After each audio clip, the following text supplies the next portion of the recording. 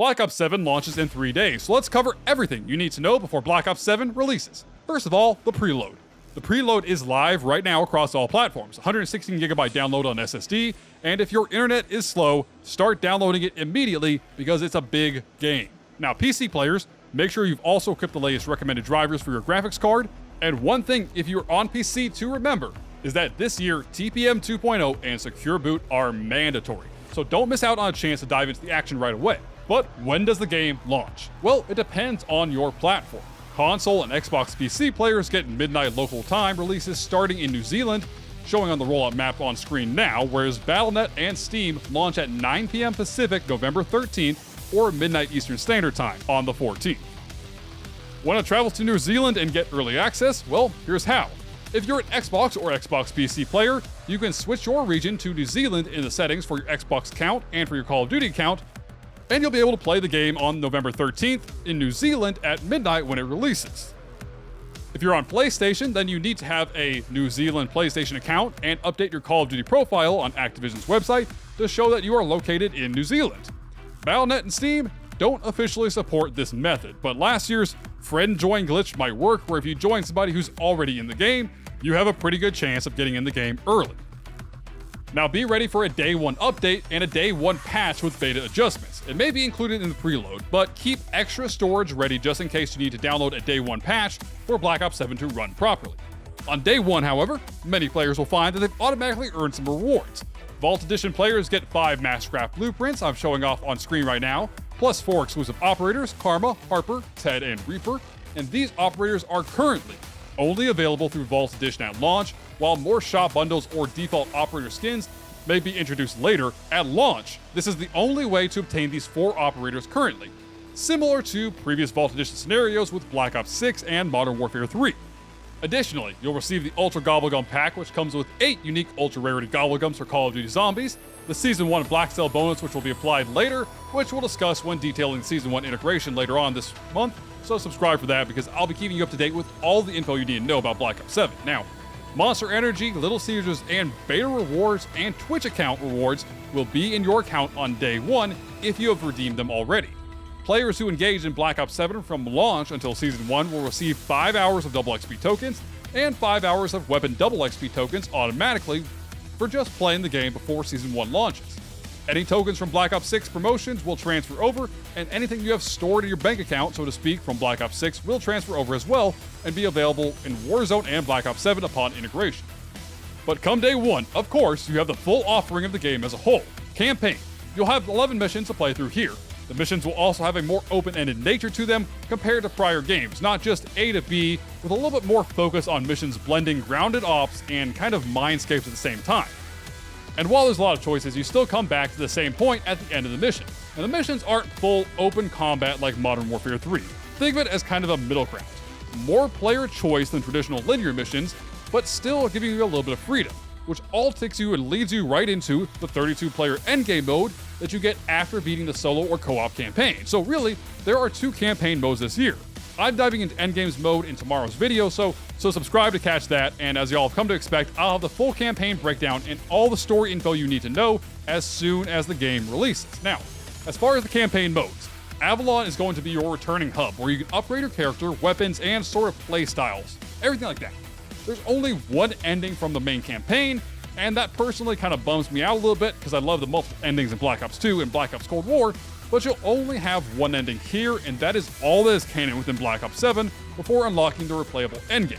I had a full video yesterday talking about everything that happens to the Black Ops 7 campaign, so click on that link at the end of this video, but before we jump into multiplayer, here's why you should play the campaign first.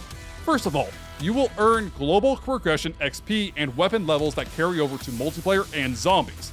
This is a smart way to get permanent weapon unlocks, blueprints, progression, and even through the prestige relocking process, so it's a nice way to get these weapons right out of the gate if you didn't end up buying the Vault Edition.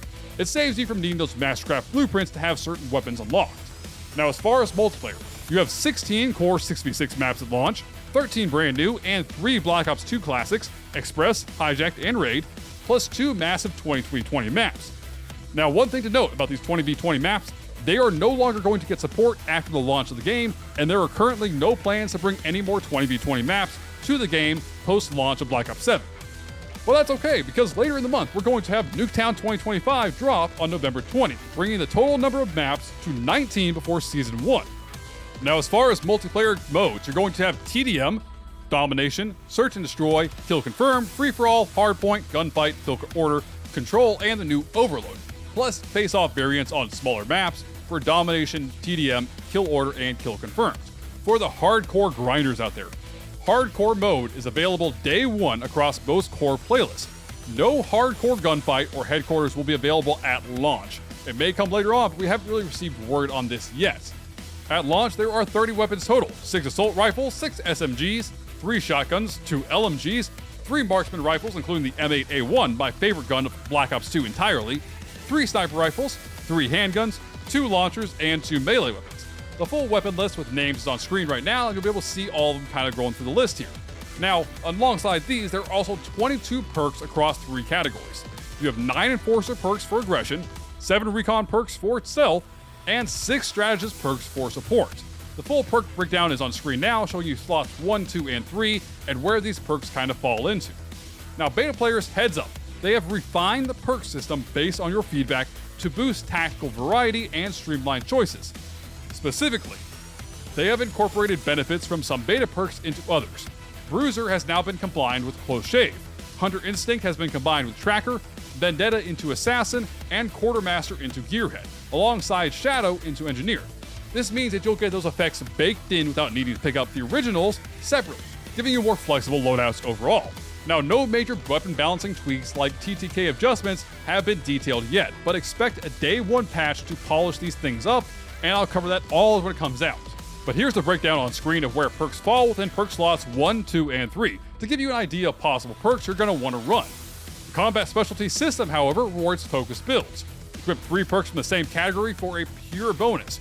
Enforcer boosts movement and health regen after kills. Recon hides you on the minimap and reveals enemies on spawn, and Strategist increases overall objective score and shows equipment through walls. For hybrid bonuses, you can get Scout hides you after kills, Tactician boosts assist score, and Operative charges field upgrades from stealth kills. If you want a 4th perk, grab the Perk Greed wildcard at level 33, and your first 3 perks will still count towards the specialty bonus. What's your go-to? Pure Enforcer Aggression or Hybrid Scout Stealth? Drop your build below in the comments, but now the big one. Prestige is back in Black Ops 7 multiplayer, and I'm very excited for it. You'll have levels 1 to 55, Prestige 1 through 10, which will relock everything every time you Prestige, but you'll earn a permanent unlock token and exclusive icons each time. On top of that, you get progressive rewards every 10, 20, 30, 40, and 50 level within each Prestige for more balanced grinds. After Prestige 10 at level 55, Master Prestige kicks in, picking you all the way up to level 1000 with exclusive stuff like special blueprints, and in addition to this, we're also getting for the first time weapon prestige tracks that go up to level 250 per gun to chase those mastered camos. And if you get through the first prestige and will prestige your weapon at level 70, you will get a prestige weapon attachment. And to be honest with you, a lot of these prestige attachments are game breaking, and it's that theory of if everything's broken, nothing's really broken in the game. And are you grinding to master prestige 1000 or are you stopping at prestige 10? Let me know your goal down below, and if this guide is helping you prep for launch, smash that like button so you can really help me out. Now, Zombies also launches on day 1 with 2 maps. Ashes of the Dam, the largest round-based map ever, plus Van Dorn Farm in survival mode. Van Dorn Farm is the casual survival experience, perfect for beginners or camo grinding. It was featured in the beta with a power activation mystery box, pack-a-punch, and all the Perka-Colas. Ashes of the Dam combined multiple eerie Dark Ether locations like Janus Towers Plaza, Blackwater Lake, Ashwood, Exit 115, the Zarya Cosmodrome, and foggy thoroughfares for a kind of gloomier, more expansive and hardcore round-based nightmare with little hidden tours. Old Tessie is your new truck that you're going to use to traverse the map, and on top of this, inside Old Tessie is Ted, who's going to give you new tasks to eliminate enemies and set up traps and do a bunch of other cool things on the map. I'm excited to jump into it because we've seen previews, but there's still a ton to uncover with its otherworldly kind of spectral beauty and the psychological descent into madness that Call of Duty Zombies is known for. So that's pretty cool. Easter egg fans, though, I want you to listen up real quick. The main quest for Call of Duty Zombies is time-gated to 10 a.m. Pacific on November 14th. Everyone starts the Zombies quest at the same time, preventing any head starts from New Zealand or early rollout of the game. And one more thing, there are no platform exclusive bonuses this year. Game Pass is available, but no exclusive content for Xbox, PlayStation, or PC like the combat packs we've seen from previous years. And before we wrap up, here is what to expect post-launch.